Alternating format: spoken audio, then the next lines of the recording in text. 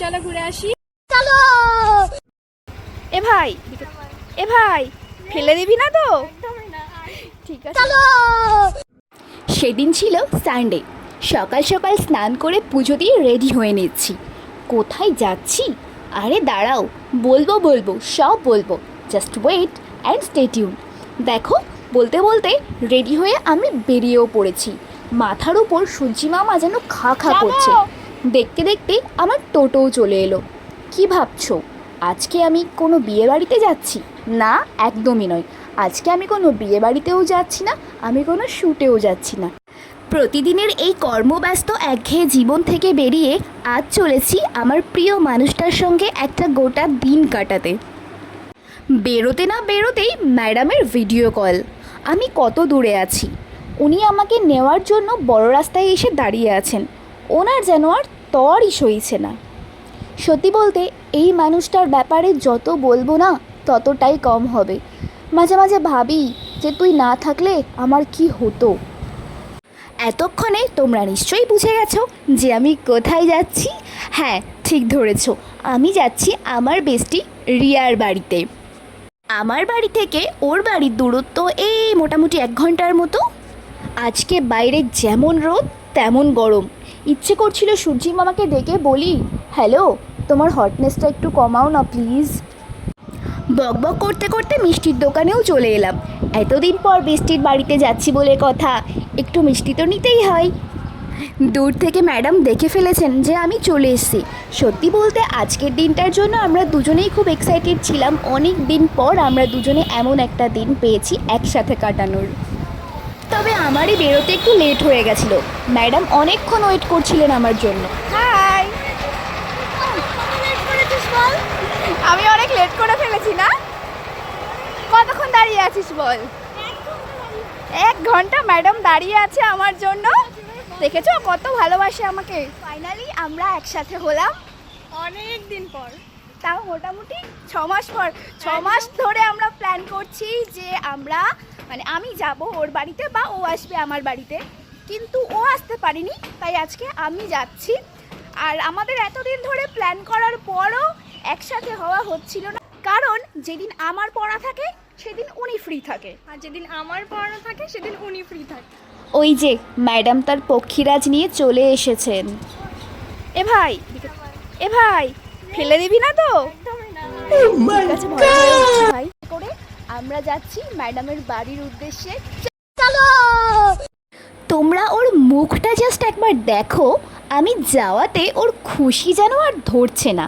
তার মধ্যে চলে এলো ওদের বাড়ি যাবার এই ভিউটা। সত্যি বলতে জাস্ট অসাধারণ বললেও কম হবে, এতটাই সুন্দর এই রাস্তাটা। সামনে থেকে না দেখলে হয়তো বলে বোঝানো সম্ভব না প্রকৃতির এই অপরূপ সৌন্দর্য। চারিদিকে যেন সবুজ আর সবুজ, আর এই সবুজের সমারোহে আমাদের দুজনের গল্প। এত গল্প করেও যেন গল্প আমাদের শেষ হয় না। দেখতে দেখতে আমরা ওর বাড়িতেও পৌঁছে গেলাম। ভালো আছো কাকিমা? হ্যাঁ হ্যাঁ, ভালো আছি। পাগল করে দিচ্ছিল আমাকে আসার জন্য। আমি এত বলি যে তুই চল, কিছুতেই যাবে না। নিজে যাবে না, খালি আমাকে নিয়ে আসবে। ও কাকিমা, এনো তাই কি হয়েছে? নাও না, আরে নাও না, তাতে কি হয়েছে? আমি কি রোজ রোজ আসি থরি? একটা দিন এনেছি, একটু মিষ্টি মুখ না করালে হয়? উনি হচ্ছেন রিয়ার মা কাকিমা। ভীষণ ভালো একজন মানুষ। এই ভর দুপুরবেলা রোদের মধ্যে এসে আমরা দুজনেই ঘেমে নিয়ে অস্থির হয়ে গেছিলাম। ফাইনালি আমরা চলে এসেছি। তারপর আমরা চেঞ্জ করে একটু ফ্রেশ হয়ে নিলাম। ততক্ষণে কাকিমা আমাদের জন্য লাঞ্চ নিয়ে চলে এসেছে। লাঞ্চে ছিল সাদা ভাত, ডাল, বিট গাজর ভাজা, কুঁদরি আলু ভাজা, ইলিশ মাছের মাথা দিয়ে ঘ্যাটকলের ডাঁটা আর পাবদা মাছ। প্রত্যেকটা রান্নাই অসাধারণ ছিল। লাঞ্চ কমপ্লিট করে আমরা বসে গেছিলাম একসাথে ফোন ঘাঁটতে। শুধু তাই নয়, সাথে ছিল আমাদের আনলিমিটেড আড্ডা আর গসিপ। আর তার সাথে ছিল আমাদের আনলিমিটেড পাগলপন্থী সেলফি।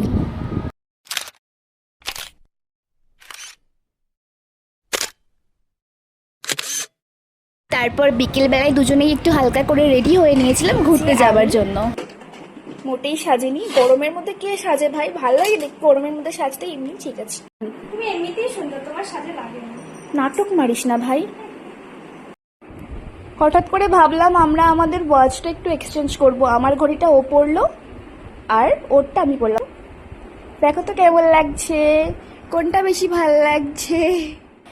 তারপর আমরা ওদের পাড়ার মধ্যেই একটু ঘুরতে বেরিয়েছিলাম। ঘুরে আসি। রিয়া বলেছিল আমাদের পাড়ায় একটা জায়গায় হাট বসে, চল তোকে ওখানে ঘুরতে নিয়ে যাব। তবে যে যাই বলো, লন্ডন সুন্দর, প্যারিস সুন্দর, এই গ্রাম বাংলার সৌন্দর্যের কাছে সমস্ত সৌন্দর্যই হার মেনে যাবে বলে আমার মনে হয়। যত দেখি ততই যেন মুগ্ধ হয়ে যায়। দেখতে দেখতে আমরা পৌঁছে গেলাম হাটে। এই যে কাকু অর্থাৎ রিয়ার বাবা মাছ কিনছেন। তারপর রিয়া বলল চল ওই দিকটাতে সবজি আর তেলে ভাজার দোকান বসেছে, আমরা বরং ওই দিকটাতে যাই। আমার কিন্তু বেশ মজা লাগছিল। আর ওই যে ব্যান্ডটা বাজছে ওই রাস্তা দিয়ে সেই সময় তখন একটা বিয়ের প্রসেশন যাচ্ছিল। প্রথমেই আমরা চলে গেলাম তেলে ভাজার দোকানে, যেখানে বিভিন্ন রকমের চপ পাওয়া যাচ্ছিল। আমার জন্য চপ কিনছে, ভাবা যায়। তারপর আমরা চলে এলাম সবজির দোকানে। এখানে সমস্ত রকম টাটকা টাটকা সবজি পাওয়া যাচ্ছিল। আর এদিকে তো উনি আমার হাতই ছাড়বেন না, সবাইকে ডেকে ডেকে দেখাচ্ছে দেখো আমার বান্ধবী এসেছে।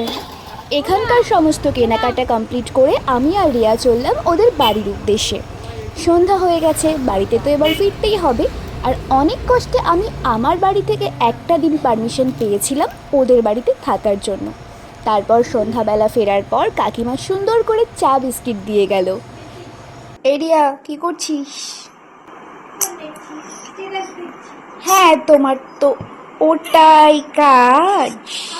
তুমি এতক্ষণ কি করছিলে? আড্ডা দেওয়ার পর কাকিমা রাতের খাবার খেতে ডাকলো আর আমরা চলে গেলাম খেতে। আর রাতের মেনুতে ছিল ঝিঙে আলু পোস্ত আর কাকিমার হাতের স্পেশাল চিকেন। তারপর হঠাৎ করে প্ল্যান করলাম আমরা একটা মুভি ডেট করব। কিন্তু কিভাবে করব? আমাদের বয়ফ্রেন্ড নেই, তাই বলে কি আমরা মুভি ডেট করতে পারবো না? অবশ্যই পারবো। চলো ঘরের মধ্যেই আমরা বানিয়ে নিলাম একটা থিয়েটার হল। ব্যাস, তারপর বসে গেলাম এভাবে। সিনেমা শেষ হতে অনেকটা রাত হয়ে গেছিলো, দুজনেরই ঘুম পেয়ে গেছিলো। তাই আমরা মুভিটা শেষ করে চটপট ঘুমিয়ে পড়লাম। So that's it for today, tata.